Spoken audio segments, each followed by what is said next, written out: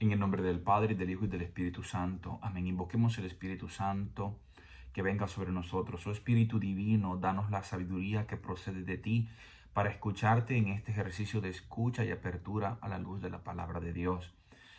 En esta oración del miércoles santo, quiero pensar en la traición de Judas, en la negación de Pedro, en el orgullo de Pilato, en la arrogancia de Herodes y tantos personajes que nos recuenta tus últimas horas en la tierra, Señor, para que a través de ellos me vea yo mismo como un espejo y no juzgue a los demás, sino que sea pronto, siempre dispuesto a ser autocrítico, a realizar mi propio autoanálisis y ponerme delante de ti, Señor, con el deseo de no traicionarte. Y si te traiciono y te niego, pueda levantarme y empezar de nuevo, Señor. Oh Jesús, hoy tu palabra nos pone delante la actitud de Judas y también tu actitud. Hoy quiero pensar en esa traición de Judas, uno de tus amigos más cercanos. Jesús, al acercarnos al texto bíblico de hoy, sé que me acerco también en estos días santos a meditar de nuevo tu pasión, tu muerte y tu resurrección. Estos grandes días santos, pongo en tu Santo Espíritu mi alma, mi cuerpo, mi espíritu, todo mi ser, para que seas tú el que lo sane. Y tú que lo sabes todo y lo ves todo, me ayudes a caminar siempre bajo tus pasos. No solo a mí, sino a todos los que nos dirigimos a ti, por los siglos de los siglos. Amén. En nombre del Padre, del Hijo y del Espíritu Santo. Amén. Quiero hoy compartir, hermanos, con ustedes un método que la Iglesia tiene de lectura y oración de la Palabra de Dios que se llama la Lección Divina.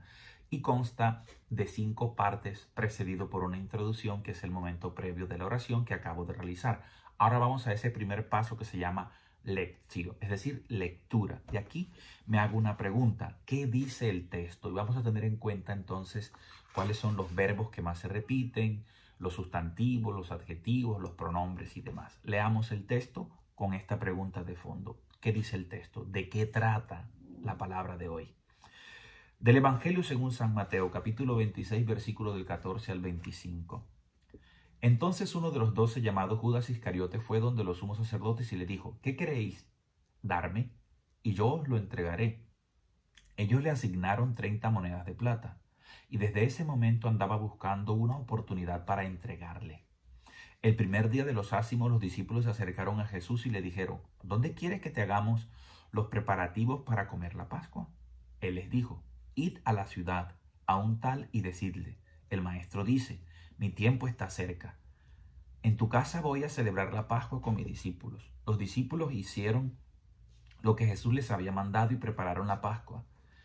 A atardecer se puso a la mesa con los 12, y mientras comían dijo: yo os aseguro que uno de vosotros me entregará. Muy entristecidos se pusieron a decirle uno por uno: ¿acaso soy yo, Señor? Él respondió: el que ha metido conmigo la mano en el plato, ese me entregará. El Hijo del Hombre se va, como está escrito de él, pero ay de aquel por quien el Hijo del Hombre es entregado. Más le valdría a ese hombre no haber nacido. Entonces preguntó Judas al que iba a entregarle: ¿soy yo acaso, Rabí? Dícele: tú lo has dicho. Palabra del Señor. Gloria a ti, Señor Jesús. Una vez que hemos escuchado el Evangelio, ya realizamos el primer paso que se llama la lectio o lectura. Ahora nos hacemos preguntas. ¿Cuáles son los verbos que más se repiten y qué tipo de verbos aparecen? ¿Están en voz activa? ¿Están en voz pasiva? ¿Están en presente? ¿Están en pasado? ¿Están en futuro? Y todo esto nos permite comprender profundamente el tema que está tratando el Evangelio de hoy. Entonces, ¿qué podemos percibir? Que se nos presenta un tema es la libertad de nuestras decisiones o de nuestras opciones o elecciones cotidianas. Dos figuras contrapuestas. Por una parte, aparece Judas con los mismos verbos que se le aplican a Jesús. Judas realiza una acción de entregar y de traicionar, mientras que Jesús, por otro lado, realiza una acción de entregar la vida, es decir, de entregarse y de donarse. Mientras Judas traiciona, Jesús es fiel a la misión encomendada por el Padre. Jesús, sabiendo que va a ser entregado por otro, Jesús decide él entregarse. Nadie le quita la vida, él la da voluntariamente. Mientras Judas lo entrega, Jesús se entrega. Mientras Judas traiciona, Jesús sigue siendo fiel a la misión encomendada por el Padre, que es dar la vida para la salvación de todos, y a la vez Jesús le sigue siendo fiel a Judas, que es uno de sus discípulos amados y más cercanos, tan cercano que le confía el dinero para que administre la economía. Veamos algunos de los verbos que más se repiten. Aquí he hecho un conteo y aparece 6 veces el verbo entregar. Dice, primera vez, ¿qué queréis darme? Y yo os lo entregaré. Segunda vez. Y desde ese momento andaba buscando una oportunidad para entregarle. Aquí va aplicado a Judas. El primer día de los ácimos, los discípulos se acercaron a Jesús y dijeron, ¿dónde queréis que te hagamos los preparativos? Más adelante aparece, al atardecer se puso a la mesa con los 12. Mientras comían, Jesús dijo, yo os aseguro que uno de vosotros me entregará. Ya, 2 veces aplicado a Judas, 1 vez aplicado a Jesús. Muy entristecidos se pusieron a decirle unos a otros, ¿acaso soy yo, Señor? Luego dice Jesús, el que ha metido conmigo la mano en el plato, ese me entregará. Aquí se aplica a Jesús que lo dice y a otro que lo hará. Es decir, 2 veces a Jesús y 1 vez más a Judas, que lo va a entregar 3 veces. Ya van el verbo entregar aplicado a Judas. El Hijo del Hombre se va, como está escrito, pero hay de aquel a quien el Hijo del Hombre es entregado.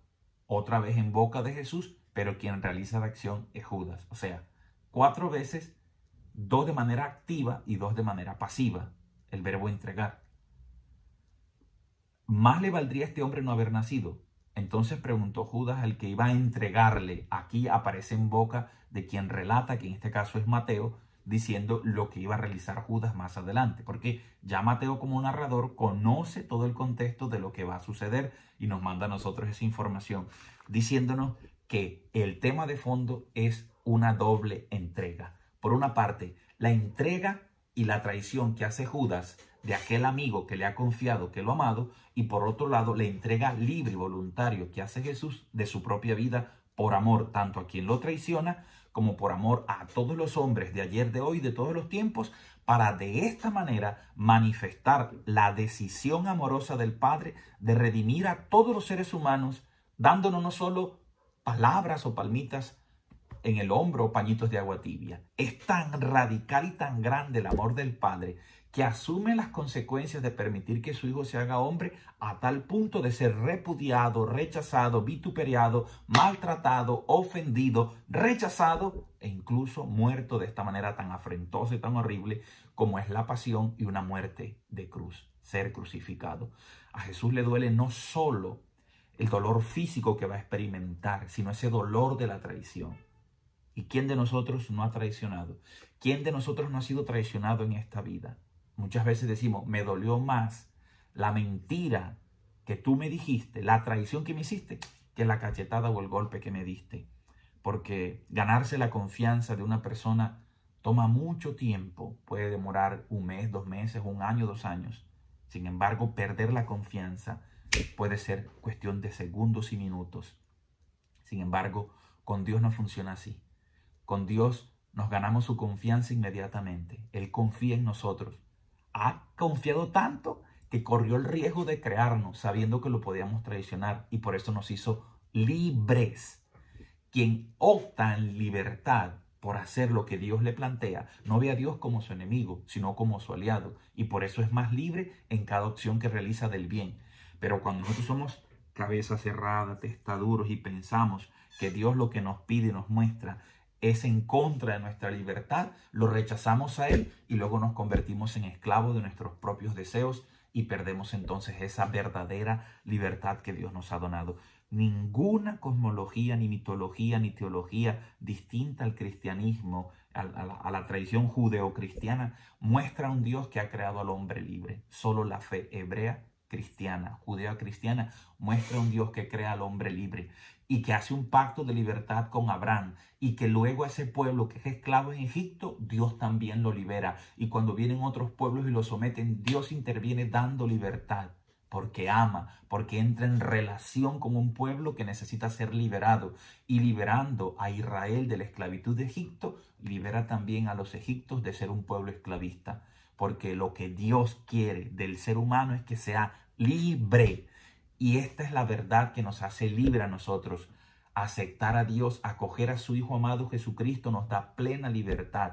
Libertad más allá de una institucionalidad que puede ser política, militar, religiosa, deportiva, económica, etcétera, etcétera. Quien se confronta delante de la verdad, que es Cristo mismo, termina siendo un hombre libre. A pesar de sus errores, a pesar de sus sótanos, de sus pecados, Cristo es luz que nos hace libre. Libre, tan libre como Él. Libre, tan libre para entregar la propia vida, como lo vemos aquí en este Evangelio. Entonces ya tenemos la temática de fondo. Trata de esta libertad en nuestras decisiones, que podemos caer en el abismo más bajo y terminar siendo esclavos, como quien está sometido a las fuerzas del maligno. Por eso dice que entró el maligno en él, es decir, él optó por la propuesta de la oscuridad y de Satanás, aquel que se rebeló en primer momento delante de Dios, que también lo había creado libre como un ángel, pero quiso vivir lejos de Dios.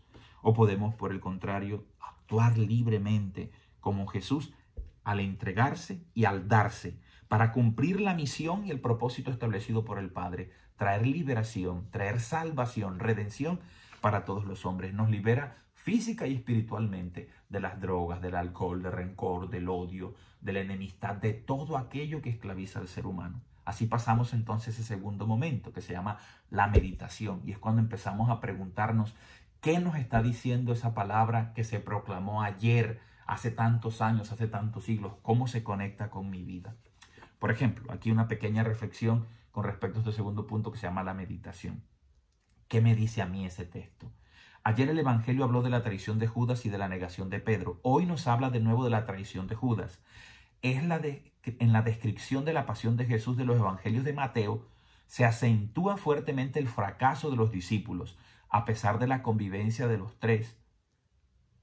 Nadie de entre ellos se queda para tomar la defensa de Jesús. Judas lo traiciona. Pedro lo niega. Todos huyen. Mateo cuenta esto no para criticar o condenar, sino para indicar que la acogida y el amor de Jesús superan la derrota y el fracaso de los discípulos. Esta forma de describir la actitud de Jesús era una ayuda para describir la actitud de Jesús hacia las comunidades de la época de Mateo. A causa de las frecuentes persecuciones, muchos se sentían desanimados y habían abandonado la comunidad, preguntándose, ¿será posible volver? Yo he pecado, también yo he traicionado al Señor como lo hizo Judas, como lo negó Pedro. ¿Será posible que Dios nos acoja y nos perdone nuevamente? Mateo, el evangelista que leemos hoy, responde sugiriendo que nosotros podemos romper con Jesús, pero jamás, nunca, pero nunca Jesús rompe con nosotros. Su amor es mayor que nuestra infidelidad. Este es un mensaje muy importante para la iglesia de ayer, de hoy, de mañana y de todos los tiempos. No podemos centrarnos simplemente en la traición de Judas, sino en un acto de entrega superior, en alguien que lo ha perdonado, que lo ha amado y ha entregado su vida, Jesús de Nazaret. Es decir, que si contemplamos que grandes son nuestros errores, nuestras caídas, nuestras equivocaciones, si grande es nuestra miseria, más grande aún es la misericordia y el amor de Dios. Esta es la fuerza que vence el mal, esta es la fuerza que vence el mundo, esta es la luz que vence la oscuridad. No nos podemos quedar con la cabeza hacia abajo, agachaditos, mirando nuestro propio pecado, nuestra propia miseria. Levanta la cabeza, se acerca la liberación que trae Cristo el Salvador, que nos libera de la esclavitud, que nos dice, sí, tú has fallado, pero yo no te fallo, yo estoy contigo. Agárrate de mí, únete a mí y tú podrás vencer cualquier dificultad que se te atraviese a lo largo de la vida, porque yo no te fallo, porque yo te amo, porque yo estoy contigo. Hermanos, hoy también dentro de la iglesia encontramos realidades de traición. Tú puedes ser traidor, yo puedo ser traidor. Y podemos vender a Jesús a precio de dinero, del poder o de la búsqueda de privilegios o dignidades. Judas ni siquiera pone precio. El precio lo ponen los compradores. Jesús en el mercado vale muy poco. Sin embargo, nosotros para Él valemos mucho. Mientras nosotros podemos vender al Señor por cualquier cosita, Él nos ha comprado un precio más alto. Judas lo vendió por 30 monedas. Pero Judas es un espejo donde debemos vernos reflejados nosotros, porque podemos imitar la misma conducta. Él nos ha comprado no con oro ni con plata, sino con el precio de la sangre. Y la sangre en la Biblia significa la persona misma. O sea, nos ha amado tanto que ha estado dispuesto a entregarse. Por eso mañana que celebraremos el Jueves Santo, cuando Jesús toma el pan y lo parte y lo da, está diciendo, esto es lo que va a suceder en mi vida. Como este pan que se parte y ustedes se alimentan de él, mi vida al final será partida y entregada para la salvación de todos. Dios nos ha hecho libres y sabía bien a qué se arriesgaba y sin embargo prefirió ir a la cruz antes de cercenar nuestra libertad. Si tanto valora Dios nuestra libertad, es verdad, tanto la valora que nos deja libres para hacer el mal. ¿Hemos pensado en la alegría que podemos dar a Dios haciendo el bien libremente? Esto es algo realmente maravilloso. Si nosotros decidimos obrar en el bien, será algo maravilloso, porque mientras más optamos por el bien, más libre vamos a ser. El Papa Francisco, en una catequesis del 16 de abril del 2014, dijo lo siguiente respecto a esta traición de Judas y la fidelidad de Dios a través de Cristo hacia Judas y todos los Judas que somos tú y yo a lo largo de la historia. Este acto dramático marca el inicio de la pasión de Cristo, un doloroso camino que Él elige con libertad absoluta. Él mismo lo dice claramente, yo doy mi vida, nadie me la quita, la doy por mí mismo. Tengo el poder de darla y el poder de recobrarla. Y así comienza el camino de la humillación, del despojo con esta traición. Es como si Jesús estuviera en el mercado. Este cuesta 30 denarios y Jesús recorre este camino de la humillación y del despojo hasta el final. Jesús alcanza la humillación completa con la muerte en la cruz. Se trata de la peor de las muertes, la destinada a los esclavos y a los delincuentes. Jesús era considerado un profeta, pero muere como un delincuente. Mirando a Jesús en su pasión, vemos como en un espejo también el sufrimiento de toda la humanidad y encontramos la respuesta divina al misterio del mal, del dolor y de la muerte. Esta semana nos hará bien a todos nosotros mirar el crucifijo, besar las llagas de Jesús, besarlas en el crucifijo. Él ha tomado sobre sí el sufrimiento humano, se ha endosado todo ese sufrimiento. Palabras del Papa Francisco, 16 de abril del 2014. Cristo sigue siendo crucificado, no solo en los niños abortados, también en una familia que es desplazada por la violencia, también en jóvenes que se quedan sin esperanza de poder estudiar y construir un mejor futuro, en una madre, en una esposa que recibe golpes de parte de su marido, en los hijos que son golpeados por sus padres, en la esposa que recibe infidelidad de su esposo y viceversa. Cristo sigue siendo traicionado, crucificado en nuestras palabras, en nuestros pensamientos y en nuestras acciones malvadas y perversas. Pero lo más grande es que si Cristo sigue amándonos, sigue teniendo misericordia de nosotros, nos sigue perdonando y nos sigue salvando todos los días de nuestra vida, estamos delante de una realidad que se llama tomar decisiones, actuar. Por eso, una vez que hemos hecho ya la lección, captar de qué trata el texto, luego la meditación, cómo me ilumina mi vida, ahora me corresponde el momento de la oratio, es decir, orar, es el tercer paso. Oremos y pidamos al Señor Jesús con estas palabras que nos ayude. Señor, tú me conoces, sabes que me veo tentado a traicionarte y a negarte como Judas y Pedro al mirar tu amor incondicional y tu predilección por mí. Solo puedo decirte, perdóname, Señor. También yo he sido Judas, también yo he sido Pedro, también he sido un Pilatos, un Herodes. También yo te he llevado de nuevo a la cruz con mis acciones equivocadas, cuando me he dado golpes de pecho, cuando me he mostrado como muy santo, muy bueno, cuando he puesto estados de WhatsApp o de Facebook que hablan de tu amor, pero con mis acciones condeno, traiciono, engaño, destruyo y juzgo a los demás. Hoy, Señor Jesús, quiero decirte, ten compasión de nuevo con mi vida, ten piedad de mí, para que yo, si caigo como Judas o te niego como Pedro, me pueda abrazar a tu amor, a tu perdón y misericordia y asumir ese valor para dar también mi vida por los demás y entregarme libremente como lo has hecho tú por mí.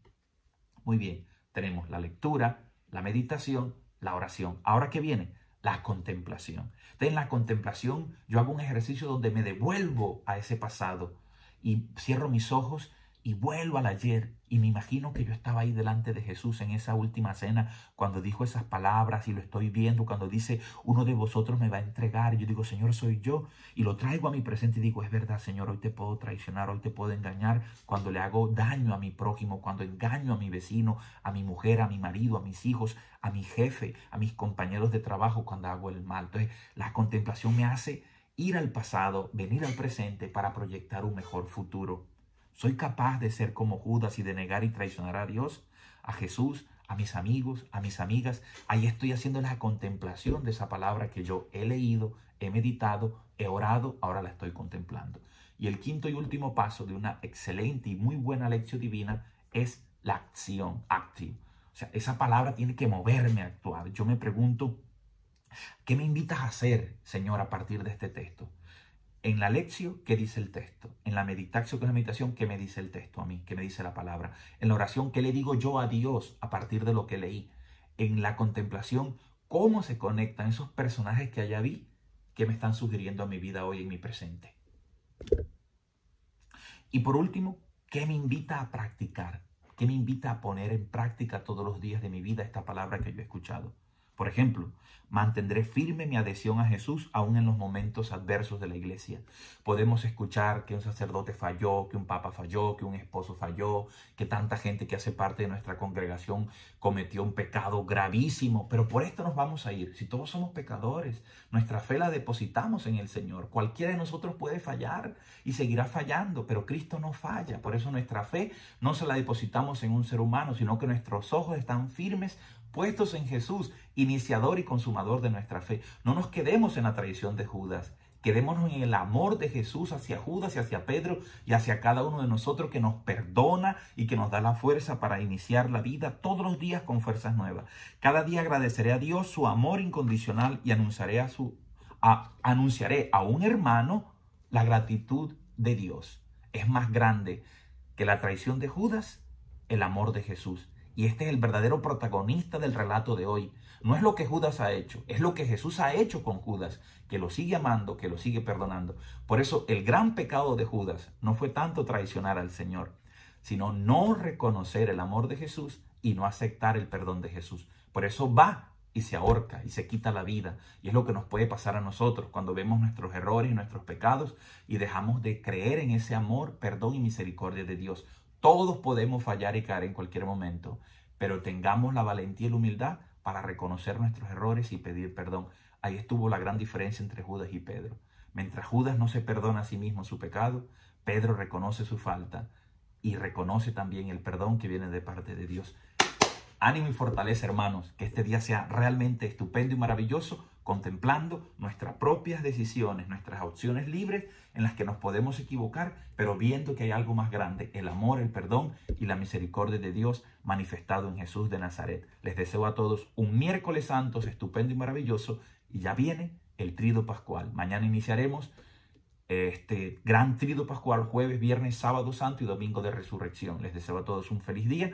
Suscríbanse al canal, activen la campanita para que les lleguen las notificaciones. Chao a tutti, Juanca Mendoza. En Cristo, no en mí ni en ningún otro. En Cristo es que la vida es una nota bien bacana, bien sabrosa, mucho más hermosa. Chao, chao.